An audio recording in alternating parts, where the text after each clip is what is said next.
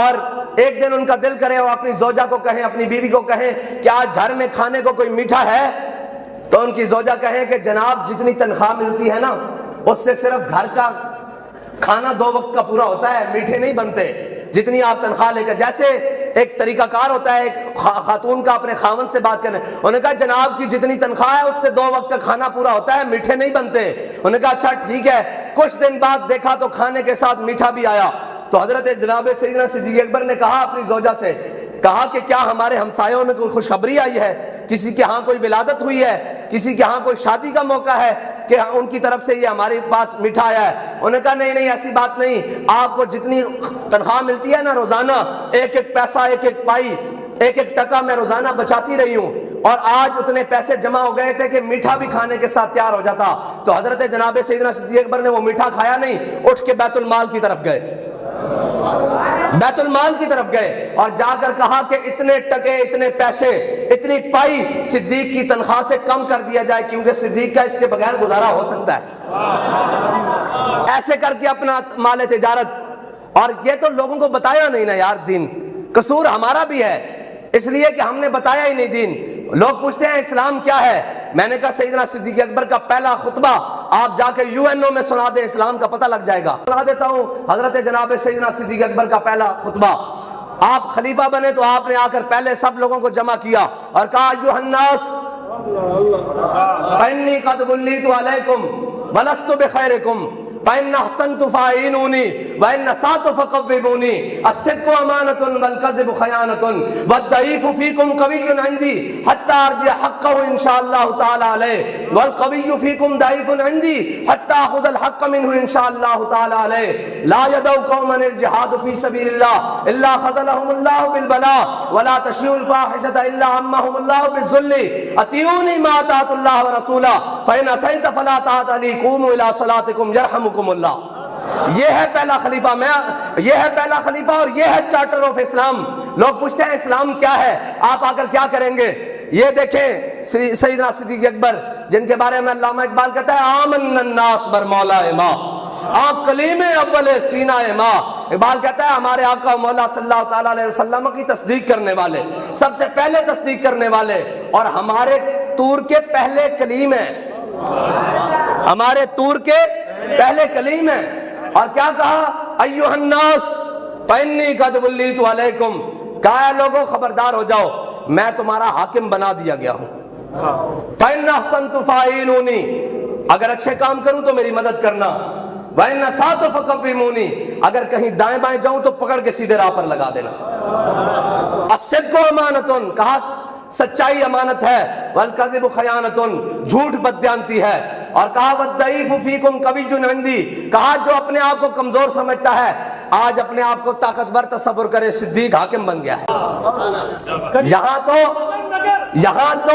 یہاں تو کسی کے MNA بن جانے سے غریب رستے چھوڑ جاتے ہیں، اپنی جائیدادیں چھوڑ جاتے ہیں، اپنے مکان چھوڑ جاتے ہیں کہ جناب فلاں وڈیرا صاحب آ گئے ہیں، اب ہماری تو بچت ہے نہیں، ہم نے ان کی مخالفت بات کی۔ کہا جو آج کمزور تھا اپنے آپ کو طاقتور سمجھے، صدیق حاکم بن گیا ہے۔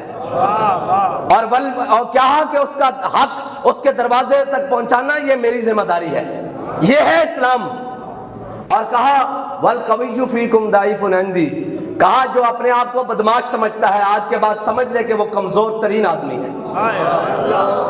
جو اپنے آپ کو بدماش اور غنڈہ سمجھتا ہے، وڈیرا سمجھتا ہے، آج اپنے آپ کو سمجھ لے کہ وہ اسی صف میں کھڑا ہو گیا ہے۔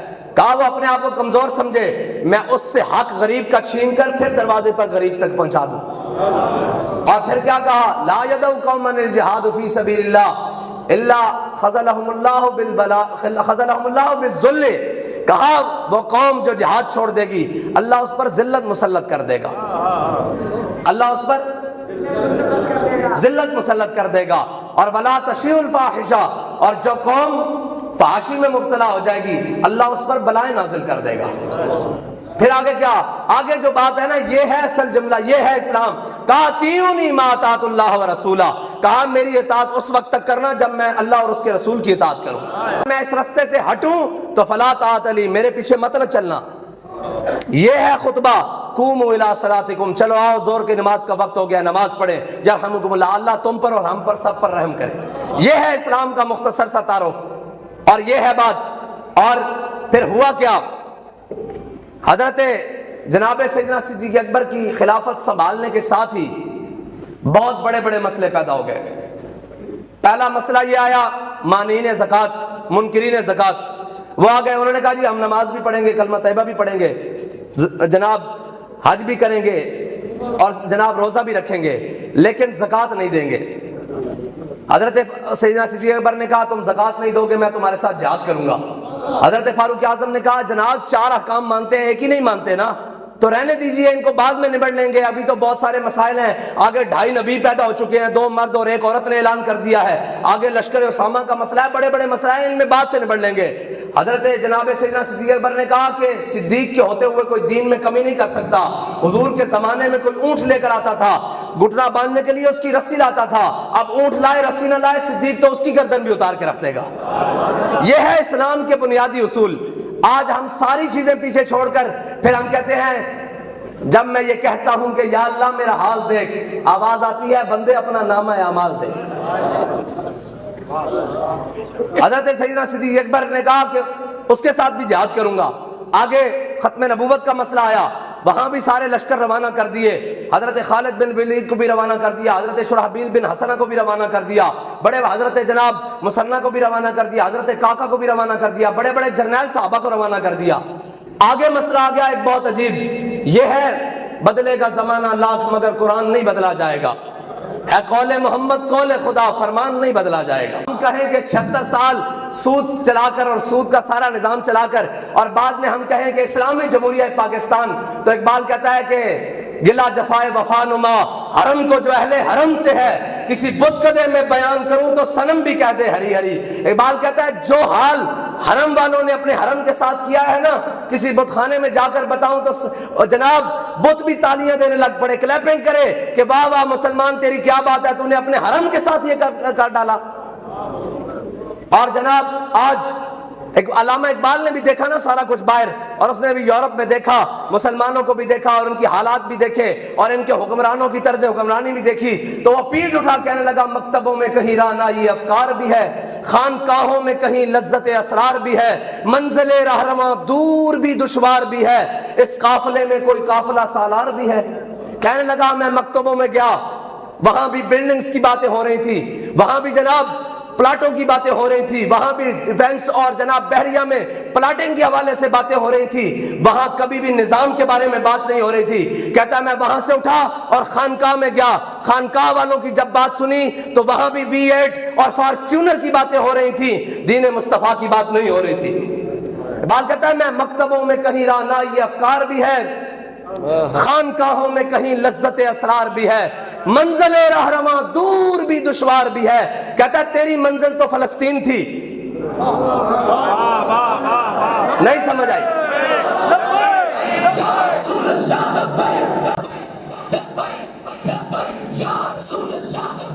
منزل رہنما دور بھی دشوار بھی ہے، اور اس زمانے میں اس قافلے میں کوئی قافلہ سالار بھی ہے۔ آگے علامہ اقبال نے اسی طرف اشارہ کیا، کہتا ہے بڑھ کے خیبر سے ہے یہ مارکہ دین و وطن۔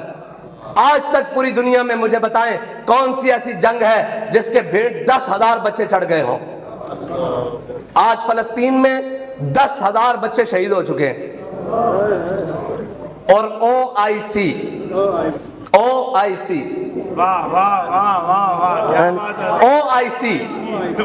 وہ، اور یہ علامہ اقبال پھر اقبال کی بات اس لیے کرتے ہیں کہ اس نے چھوڑا کوئی جناب موضوع نہیں ہے جس پر اس نے نہ سمجھایا امت کو کہ یہ کیا۔ وہ کہنے لگا یہ تمہیں ان سے امید ہے، یہ جو OIC میں کھڑے ہیں تامن اسلامی مردے، ممالک نہیں ہیں بھائی، ممالک نہیں ہیں، یہ مردے ہیں۔ اگر ممالک ہوتے کم از کم غزہ پر بمباری تو بند کرواتے، نہ بھجوائیں جناب دوائیاں، نہ بھجوائیں خوراک، کم از کم ان کی قتل و غارت تو بند کرواتے ہیں۔ لیکن کسی نے ان کی بات سنی ہے؟ کیونکہ بھائی مانگنے والوں کی کبھی باتیں سنی گئی ہیں، کبھی بے حیا اور بے غیرت لوگوں کی بھی باتیں سنی گئی ہیں پوری دنیا میں؟ نہیں سنی جاتی بھائی، باضمیر لوگوں کی بات سنی جاتی ہے، طاقتوروں کی بات سنی جاتی ہے، قوت رکھنے والوں کی بات سنی جاتی ہے۔ قرآن نے کہا وَأَعِدُّوا لَهُم مَّا اسْتَطَعْتُم مِّن قُوَّةٍ وَمِن رِّبَاطِ الْخَيْلِ تُرْهِبُونَ بِهِ عَدُوَّ اللَّهِ وَعَدُوَّكُمْ، لیکن کہاں ہم تو آج مست ہو گئے اپنے اپنے جناب خانقاہوں میں، اپنے اپنے مکتبوں میں، اپنے اپنے جس کو جو مفاد ملا وہ کہتا میں یہاں چودھری بن کے بیٹھ گیا ہوں، مجھے اس سے کیا لگے۔ اقبال نے جب ان کو دیکھا نا، اقبال کی روح نے 57 اسلامی مردے بشمول پاکستان کے سربراہان جب سامنے کھڑے تھے اور فلسطین کی جناب چیختی اور چیخڑے اڑتی لاشوں کو سامنے دیکھ کر اقبال کہنے لگا وضع میں ہو تم نصارا اور تمدن میں ہنود، یہ وہ مسلم ہے جنہیں دیکھ کے شرمائے یہود۔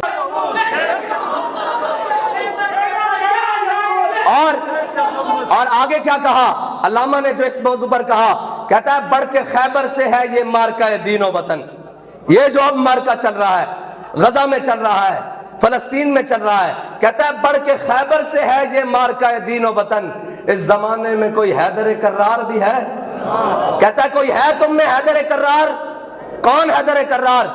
مولا کائنات عمر بن عبد ود آیا اور خیبر کا بدماش آیا، جیسے آج نیتن یاہو ہے نا، اس وقت یہودیوں کا عمر بن عبد ود تھا، بدماش پورا طاقتور، اور اس نے آ کر پکارا، اس نے کہا ہے کوئی مدینے والوں میں جو میرا مقابلہ کرے، ہے کوئی طیبہ والوں میں جو میرا مقابلہ کرے؟ اس نے جب للکارا تو حضرت مولا کائنات نے حضور سے عرض کی یا رسول اللہ مجھے اجازت ہے میں اس کے مقابلے میں جاؤں؟ حضور نے خود دستار باندھی مولا کائنات کو، اور جب مولا کائنات چلے نا تو اس نے کہا مدینے والوں جان لو میرا نام مرحب ہے، میں 1000 کے مقابلے میں اکیلا آتا ہوں اور میں فلاں ہوں میں فلاں ہوں۔ تو مولا کائنات نے یہ نہیں کہا کہ ہم امن والے مسلمان ہوتے ہیں، کوئی بات نہیں ہم دعا کر سکتے ہیں آپ کے جناب ان کے لیے، کہا نہیں اگر تیرا نام مرحب ہے نا تو ان الذی سمتنی امی حیدرا، فرمایا تیرا نام مرحب ہے تے میری ماں نے میرا نام حیدر رکھا، جھاڑیوں کا شیر۔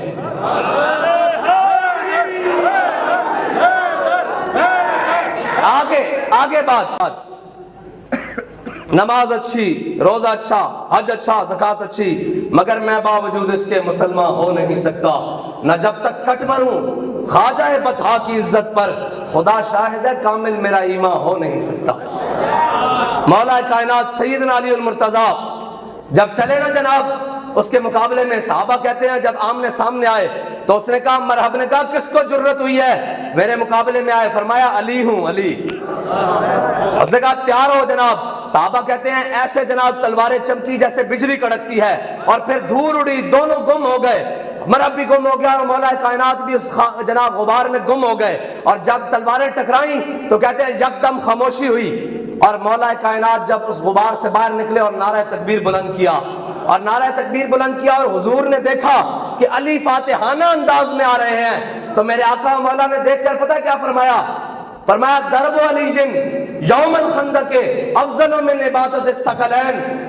یہ ثقلین پتہ کس کو کہتے ہیں؟ ثقل کہتے ہیں طاقت کو، میں آپ کو سمجھا دوں پھر ترجمہ بتاتا ہوں۔ ثقل کہتے ہیں طاقت کو، اور ثقلین 2 طاقت کے مجموعوں کو کہتے ہیں، جنوں اور انسانوں کی مجموعے کو ثقلین کہتے ہیں۔ کہتے ہیں نا غوث ثقلین، کہتے ہیں نا حضرت غوث پاک کو کہ آپ جنوں اور انسانوں کے غوث ہیں، یہ جناب ثقلین جنوں اور انسانوں کی قوت کو مجتمع ہونے کو ثقلین کہتے ہیں۔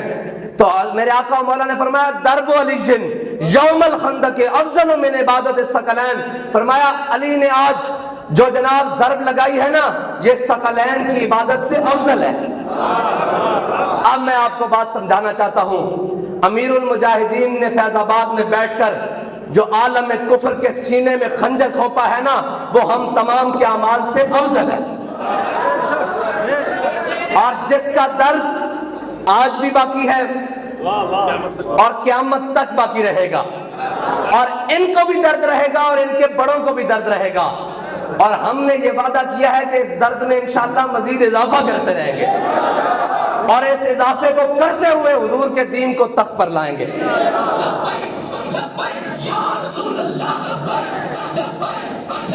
اتنی سی بات ہے کہ حالات کبھی بھی سازگار نہیں ہوئے، حالات تو تب بھی سازگار نہیں تھے جب 8 تلواریں تھی اور سامنے 313 بندہ اور سامنے جناب 1000 بندہ، حالات تو تب بھی سازگار نہیں تھے۔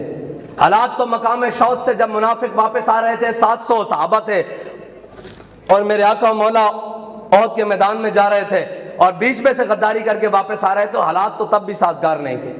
حالات تو تب بھی سازگار نہیں تھے جب کھانے کے لیے کچھ نہیں تھا، پیٹ پر پتھر باندھ کر خندق کھودی جا رہی تھی، حالات کبھی بھی سازگار نہیں ہوئے۔ اگر امیر المجاہدین دیکھتے کہ حالات سازگار ہوں تو وہ تو ویل چیئر پہ بیٹھے ہوئے تھے، ان کو تو شریعت اجازت دیتی ہے، رخصت کی اجازت دیتی ہے، لیکن یاد رکھنا رخصت والوں کا کبھی تاریخ میں نام نہیں لکھا جائے گا، ہم سب مٹ جائیں گے، یہ 57 کے 57 اسلامی ممالک یہ تمام یہ مٹ جائیں گے، لیکن رخصت والوں کا نام نہیں لکھا جائے گا۔ جب بھی قیامت تک نام لکھا جائے گا تو حماس والوں کا نام لکھا جائے گا، یہ یاد رکھیے گا۔ رخصت والوں کو کبھی کسی نے کبھی نہیں پوچھا، آج تک کبھی نہیں پوچھا، کون جانتا ہے کون ہوگا؟ ہمیشہ تاریخ فاتحوں کو یاد رکھتی ہے۔ اور جب ہلاکو خان آیا نا بغداد میں تو اس نے خلیفہ کو سامنے بٹھایا، اس کو قید کر لیا، اور اس کا محل یہ تو کچھ نہیں، صاف ظاہر ہے سونے کی کھڑکیاں تھیں اور بڑے بڑے عالی شان پردے اور محمل بچھا ہوا اور حریر اور ریشم کے کپڑے اور جناب سونے کی تشتریاں اور برتن سارا کچھ اس نے جب دیکھا نا تو اس نے سارے سونے جواہرات خلیفہ کے سامنے لا کے رکھ دیے۔ اس نے کہا اس کو کھاؤ، اس نے کہا میں ان کو کھا تو نہیں سکتا۔ اس نے کہا تم نے ان لوہے کی کھڑکیوں کو پگھلا کر تلواریں کیوں نہیں بنائیں تاکہ تم میرا مقابلہ کر سکتے؟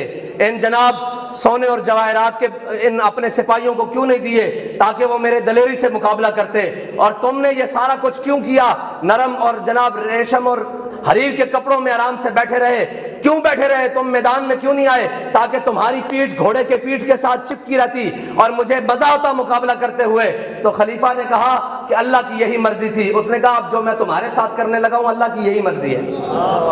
اس نے قالین نمدوں میں لپٹوایا خلیفہ کو اور اوپر پورے گھوڑے دلوا دیے، اور پھر آخر میں اس نے ایک بڑی تاریخی بات کی خلیفہ کو دنیا قتل کرنے سے پہلے۔ اس نے کہا خلیفہ یاد رکھنا دسترخوان پہ کھانے نہیں گنے جاتے، تاریخ ہمیشہ فتوحات کو یاد رکھتی ہے، تاریخ ہمیشہ یہ یاد رکھتی ہے کہ اس شخص نے اپنی ملت اور قوم کے لیے کیا کیا ہے۔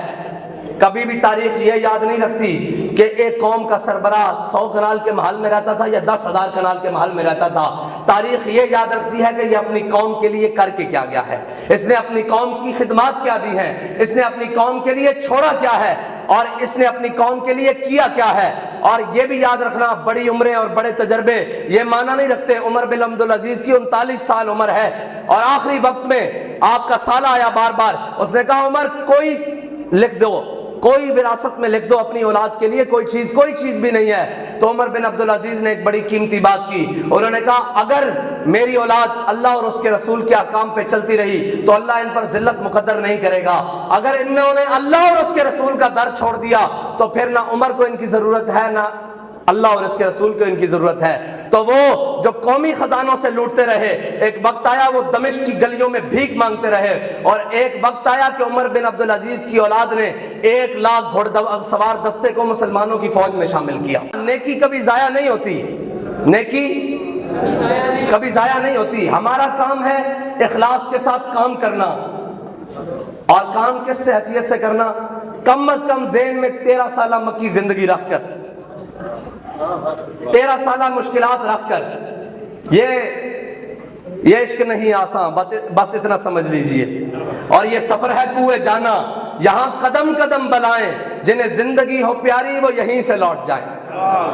یہ بڑے مشکل سفر ہے، کٹھن سفر ہے، یہ مرحلہ وار طے ہوتا ہے، لیکن یاد رکھنا منزلیں ہمیشہ بہادروں کو ملا کرتی ہیں، بزدلوں کو نہیں ملا کرتی۔ ہاں، اور ہم نے اپنے قائد سے، اپنے نظریے سے یہ وعدہ کر رکھا ہے کہ جیسے بھی حالات آ جائیں، جو بھی ہو جائیں، خوف آ جائے، غم آ جائے، شہادت آ جائے، موت آ جائے، کل عدم ہو جائیں، کہ قرآن نے کیا کہا ہے وَلَنَبْلُوَنَّكُمْ بِشَيْءٍ مِّنَ الْخَوْفِ وَالْجُوعِ وَنَقْصٍ مِّنَ الْأَمْوَالِ وَالْأَنفُسِ وَالثَّمَرَاتِ، میں تمہیں ضرور آزماؤں گا، بِشَيْءٍ مِّنَ الْخَوْفِ خوف طاری کر کے، وَالْجُوعِ بھوک دے کر، وَنَقْصٍ مِّنَ الْأَمْوَالِ تمہارے مالوں میں گھاٹا کر کے، وَالْأَنفُسِ تمہاری کچھ جانیں لے کر، وَالثَّمَرَاتِ کل عدم کر کے۔ وَالثَّمَرَاتِ کا معنی کل عدم ہی بنتا ہے نا کہ جو کچھ ہے ظاہری طور پر ضائع کر کے۔ وَبَشِّرِ الصَّابِرِينَ، صبر کرنے والوں کو خوشخبریاں ہیں، اور مومن ہے ہی وہ جو مشکلات سے نہیں گھبراتا۔ اور ہم تو یہ کہتے ہیں کہ بڑھتا ہے شوق ان کی نہیں سے، ٹھیک ہے، جیسے بھی حالات رہیں ہم نے یہ قسم کھائی ہوئی ہے کہ ہم اپنے نظریے کے ساتھ وفا کریں گے، اور یہ یاد رکھنا سب کچھ مٹ جاتا ہے، نظریہ کبھی نہیں مٹتا، نظریہ کبھی نہیں مٹتا۔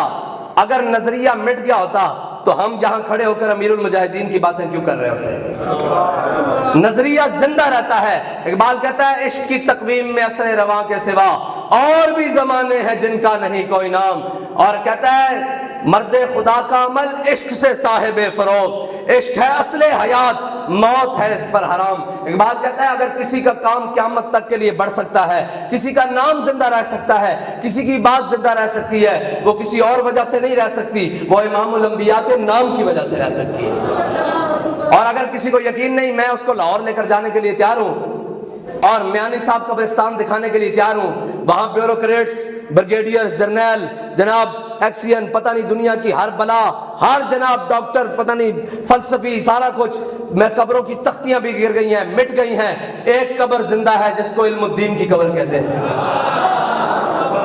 اب تک کسی کا نام زندہ رہے گا اور کسی کا کام زندہ رہے گا، وہ امام الانبیاء کی نسبت کی وجہ سے زندہ رہے گا۔ بس ہمارا کام یہ تھا۔ اقبال کہتا ہے کہ وہ کیا کہتا ہے، اثر کرے نہ کرے سن تو لے میری فریاد، اثر کرے نہ کرے سن تو لے میری فریاد، اور جناب زہر بھی کرتا ہے کبھی کار تریا کی، ہے جی۔